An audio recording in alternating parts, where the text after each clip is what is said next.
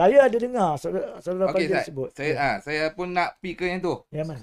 Yang pasal 2/3 tadi tu. Ya. Saya sebelum tu Haji, saya nak Haji respon sikit je Haji. Apa dia? Kita ambil satu yang terakhir ni daripada Tan Tanjung. Baik. Sepatutnya Tuan Hanif kena sembang lebih sikit pasal takzir dan klausa pengecualian yang jadi sebab utama kes Nick Allen itu boleh menang.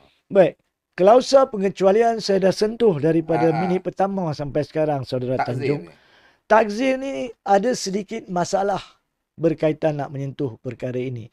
Kerana apa? Mm-mm. Sebab untuk pengetahuan tuan-tuan dan puan-puan, Yang Amat Arif Tengku Maimun telah membaca penghakiman lisan dalam bentuk bertulis yang dipanggil ringkasan penghakiman di mahkamah dalam bahasa Melayu. Dalam situ dia ada menyebut tentang takzir. Tetapi apabila anda membaca 88 muka surat penghakiman muktamad yang penuh, ianya dalam bahasa Inggeris dan tidak ada langsung disebut tentang takzir seperti mana yang disentuh dalam ringkasan pengujahan. Sebagai seorang peguam, pengamal undang-undang untuk tempoh 33 tahun, apa yang mengikat saya adalah penghakiman muktamad. Rakyat mungkin tidak tahu benda ni, saya tak boleh salahkan rakyat kerana mereka tidak tahu perbezaan ringkasan. Sebenarnya dari segi hukum perundangan pula, ada masalah. Ringkasan penghakiman wajar mengandungi apa yang diringkaskan daripada penghakiman muktamad. Dan sekiranya saya betul, dan saya dah baca, InsyaAllah saya betul.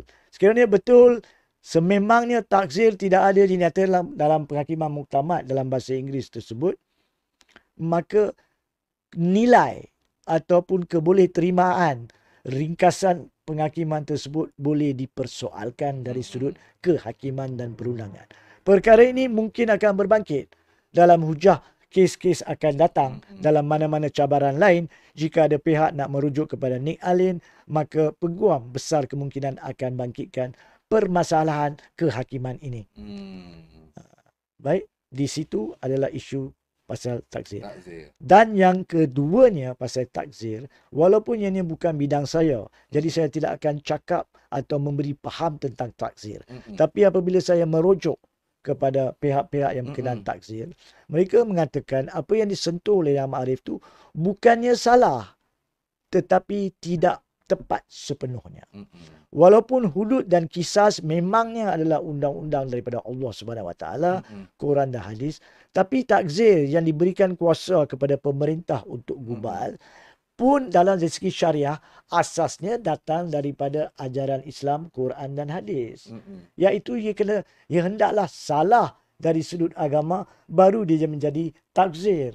Tapi untuk undang-undang sivil, ia salah dari segi pentadbir, tak semestinya dengan merujuk kepada nilai-nilai mana-mana agama. In English Jadi, they call what? Takzir. In English there's no such thing sebab takzir adalah bahasa Arab. Bahasa Arab. Ya. Tapi the point is, kalau undang-undang sivil jenayah nak dikatakan takzir, bukannya salah tapi tidak tepat. Dan di situ ramai pengamal undang-undang syari'i berpendapat bahagian sentuhan takzir oleh Yang Amat Arif adalah kurang tepat berkaitan dengan undang-undang sivil untuk memberi nafas syariah kepada undang-undang sivil. Tapi saya tidak mahu mendalami perkara tersebut sebab saya bukan bidang syari'i.